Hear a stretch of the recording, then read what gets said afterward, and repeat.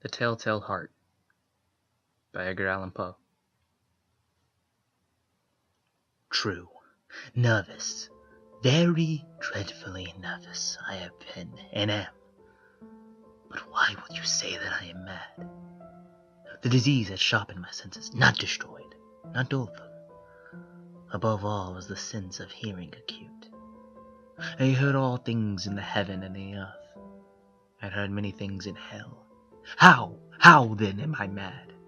Hearken, and observe how healthily, how calmly I can tell you the whole story. It is impossible to say how first the idea entered my brain, but once conceived, it haunted me day and night. Object, there was none. Passion, there was none. I loved the old man. He had never wronged me. He had never given me an insult.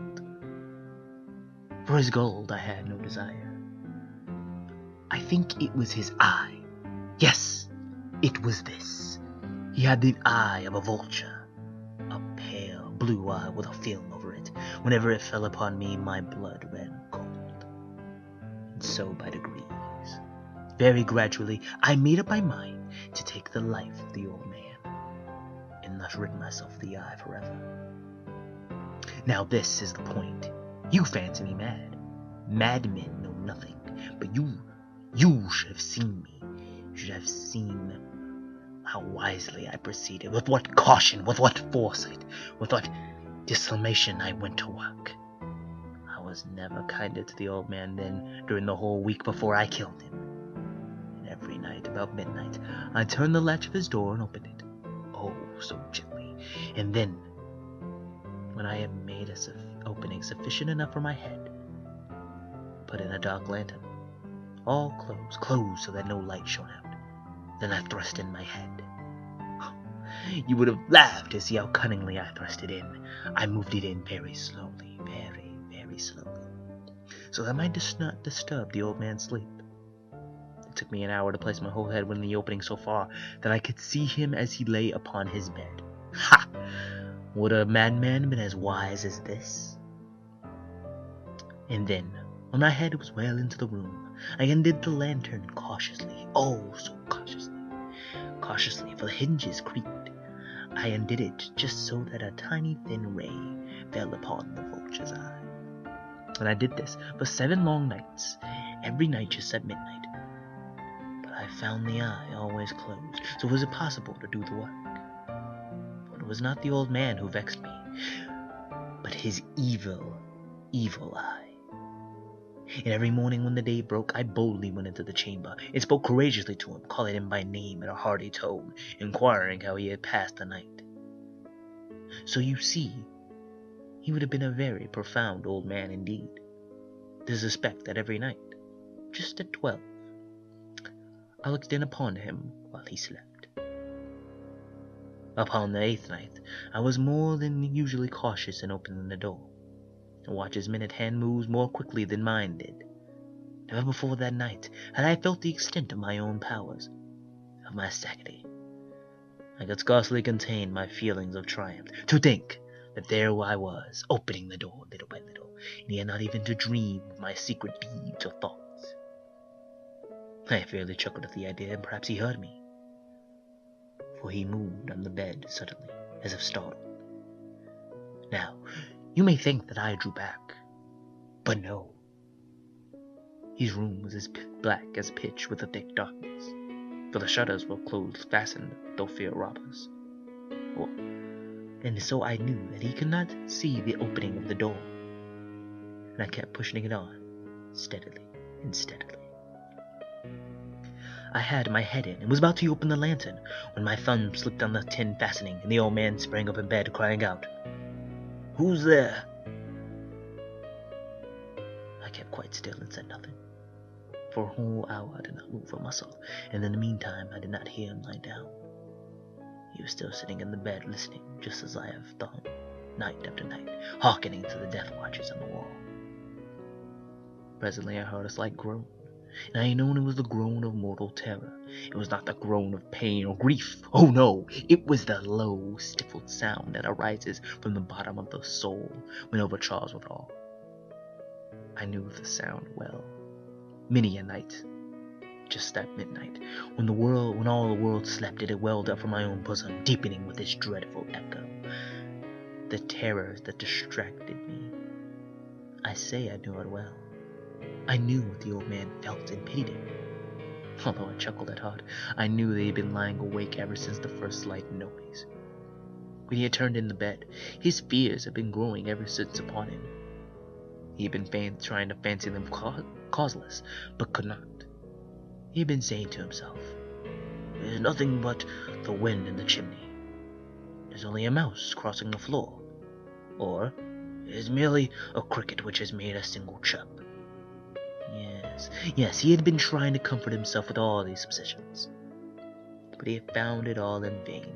All in vain, because death, in approaching him, has stalked his black shadow before him and enveloped the victim. It was the mournful influence of the unperceived shadow that caused him to feel, although he neither saw nor heard, to feel the presence of my head within the room. When I had waited a long time, very patiently, without hearing him lie down, I resolved to open a very, very little crevice in the lantern. So I opened it. I cannot imagine how stealthily, until at length a simple dim ray, like the thread of a spider, shot out from the crevice and fell out upon the vulture's eye. It was open, wide open, and I grew furious as I gazed upon it. I saw with perfect distinctness, all a dull blue with a hideous veil over it that chilled the very marrow of my bones. I could see nothing else but the old man's face, or person, for I directed the ray, as if by instinct, precisely upon the damned spot. And have I not told you what you mistake for madness is over-acuteness of the sense? Now, I say, there came to my ears a low, dull, quick sound, such as a watch makes when enveloped in cotton. I knew that sound all too well. It was the beating of the old man's heart. It increased my fury, as the beating of a drum stimulates the soldier into courage. But even yet I refrained and kept still. I scarcely breathed. I held the lantern motionless. I tried how steadily I could to maintain the ray upon the eve. Meanwhile, the hellish tattoo of the heart increased. It grew quicker and quicker and louder with every instinct. The old man's terror must have been extreme. It grew louder, I say, louder every moment. Do you mark me well? I have told you that I am nervous. So I am. And now at the dead hour of the night, in the dreadful silence of that old house, so strange a noise that this excited me to uncontrollable terror. Yet for some minutes longer I refrained and stood still. But the beating grew louder. I thought the heart must burst. Now a new anxiety seized me. The sound would be heard by a neighbor. The old man's hour had come. With a loud yell, I threw open the lantern and leaped into the room. He shrieked once, and once only. In an instant I dragged him to the floor and pulled the heavy bed over him. I then smiled gaily to find the deed so far done. But for many minutes, the heart beat on with a muffled sound. This, however, did not vex me. It would not be heard through the wall. At length, it ceased. The old man was dead. I removed the bed and examined the corpse. Yes, he was stone dead. I had placed my hand upon the heart and held it there for many minutes. There was no pulsation. He was stone dead. His eye would trouble me no more. If you still think me mad, you will think so no longer when I describe the wise precautions I took for the concealment of the body. The night waned, and I worked hastily, but in silence. First of all, I dismembered the corpse. I cut off the arms, the head, and the legs. I then took up 3 planks from the flooring of the chamber, and deposited all between the scantlings. I then replaced the boards so cleverly, so cunningly, that no human eye, not even his, could have detected anything wrong. There was nothing to wash out, no stain of any kind, no blood spot wherever. I had been too wary for that. A tub had caught all.